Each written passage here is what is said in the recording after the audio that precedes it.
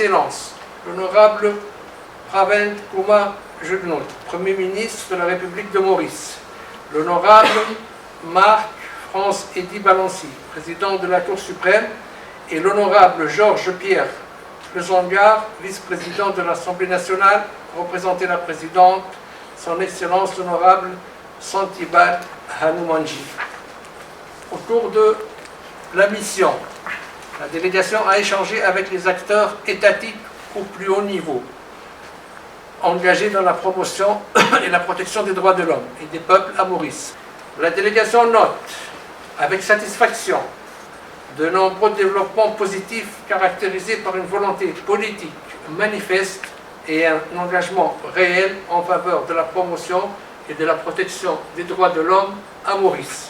La délégation constate, entre autres, le renforcement progressif du cadre législatif et juridique relatif aux droits de l'homme en général et de façon spécifique sur le plan des droits sociaux, économiques, avec la mise en place de mesures ciblées, les efforts déployés pour éradiquer la pauvreté, les programmes à l'endroit de la jeunesse, les mesures de protection de l'environnement et particulièrement la gestion responsable des ressources maritimes, la sécurisation de la ville avec le projet Safe City, ainsi que l'étroite collaboration entre les secteurs publics et privés, particulièrement dans l'autonomisation et la prise en charge de l'éducation des personnes vulnérables ou avec un handicap.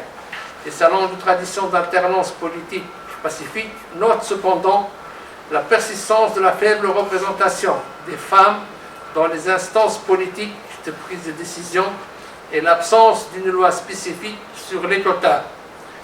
Un rapport circonstancié de la mission sera produit ultérieurement, mais d'ores et déjà, la délégation encourage le gouvernement mauricien à poursuivre les efforts entrepris et toutes les initiatives visant à une meilleure jouissance et à une protection effective des droits de l'homme dans le pays. Accélérer l'adoption et la promulgation des projets de loi visant à renforcer la réalisation effective des droits humains au profit des populations en général et des couches vulnérables en particulier. Nous avons effectivement noté au titre des domaines où il y a des faiblesses, la sous-représentation politique des femmes, en particulier au niveau de l'Assemblée nationale. Parce qu'on nous a dit qu'au niveau des collectivités locales, le niveau est encore satisfaisant. Il est satisfaisant pour l'essentiel. Alors pour la représentation politique des femmes au niveau de l'Assemblée nationale, il nous a été dit qu'il y a des efforts qui sont en train d'être faits. Tout le monde est conscient de cette faiblesse-là. Mais il y a encore du travail à faire. Il y a également, de mon point de vue, des mesures qui sont déjà sur place par rapport à l'autonomisation des femmes. Parce qu'il faut que les femmes elles-mêmes s'investissent dans la politique, et puissent faire valoir effectivement leur action au niveau des populations. Nous avons rencontré hier la vice-première ministre, ministre du genre et d'équité, qui nous a informé de toutes les dispositions qui ont été prises, dont certaines à l'occasion du 8 mars 2019, pour accompagner les femmes entrepreneurs, pour essayer de faciliter leur accès au crédit. Donc nous pensons que ce genre de stratégie et de politique sont de nature effectivement à faire en sorte que les femmes aient plus d'assurance en elles-mêmes et qu'elles s'engagent en politique. Il faut également les sensibiliser, faire en sorte que les femmes votent plus pour les femmes. Pourquoi ils vont voter pour les hommes et laisser les candidates féminines?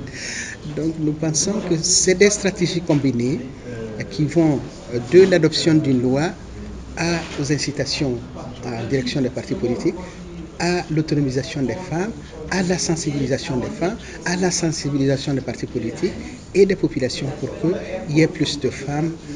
Voilà pourquoi nous pensons qu'il est tout à fait possible, l'environnement est là. À partir de cette mission, nous allons élaborer un rapport de mission qui va comporter les différentes conversations, les échanges que nous avons eus avec les différentes personnalités. Et de cela, nous allons tirer 3 choses. D'abord, les facteurs positifs, les facteurs de satisfaction, et il y en a plusieurs. Et ensuite, dans une deuxième partie, les domaines de préoccupation, comme celui que je viens de relever, la sous-représentation des femmes en politique. Et la troisième partie, ce sont les recommandations qui vont être adressées au gouvernement, aux différentes commissions et mécanismes qui sont mis en place, toujours dans le sens de leur renforcement, dans le sens d'une meilleure coordination, dans le sens de suivi et évaluation, de façon à ce que tout ce qui est mis en place, tout ce qui est pris comme politique, et stratégie et programme profite effectivement aux populations municipales.